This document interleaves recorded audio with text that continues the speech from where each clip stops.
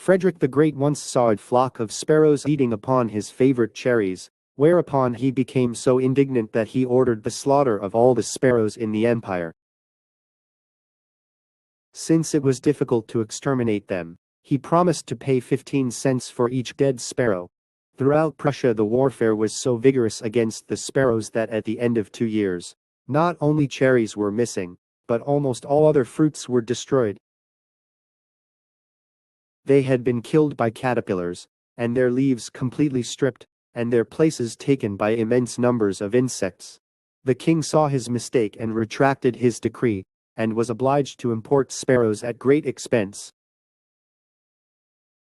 In 1955, President Mao Zedong of the People's Republic of China went on field guidance to rural areas, saw a passing sparrow, pointed it with his index finger, and instructed, as follows: "Sparrows are harmful birds." And a few days later, Mao Zedong and party secretaries from 14 provinces decreed a platform for China's agricultural development, under the title of National Agricultural Development Compulsion, which consists of a total of 40 items, and paragraph 27 was to remove the 4 harms. Here, the 4 harms was the 4 things that harm the Chinese people, which are mosquitoes, flies, rats, and sparrows, respectively.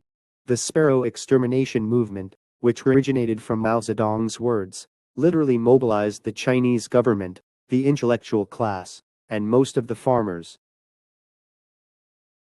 The Chinese Academy of Social Sciences began to conduct intensive research on the harmful effects of sparrows on crops, and in rural areas, both adults and children went out into the streets and did not allow sparrows to rest even for a moment, succeeding in catching the flying birds by literally exhausting them. Chinese people hanging a caught sparrow on a bullock cart and holding a festival in the streets. As you can guess from the phrase "one day before and after," they caught so many sparrows in just one day. This was continued throughout 1958 on all continents. As results, 40 million people starved to death. This was the result of massive manipulation of the ecosystem. When sparrows disappeared, insects that sparrows eat swarmed, causing large-scale necrosis of crops, contrary to the purpose of increasing crop yields. These 2 stories show us well the ignorant behavior of stupid leaders, who believe that they can do everything with the great power they have. In particular, leaders with greater power should think more carefully about how their decisions will affect others or the environment.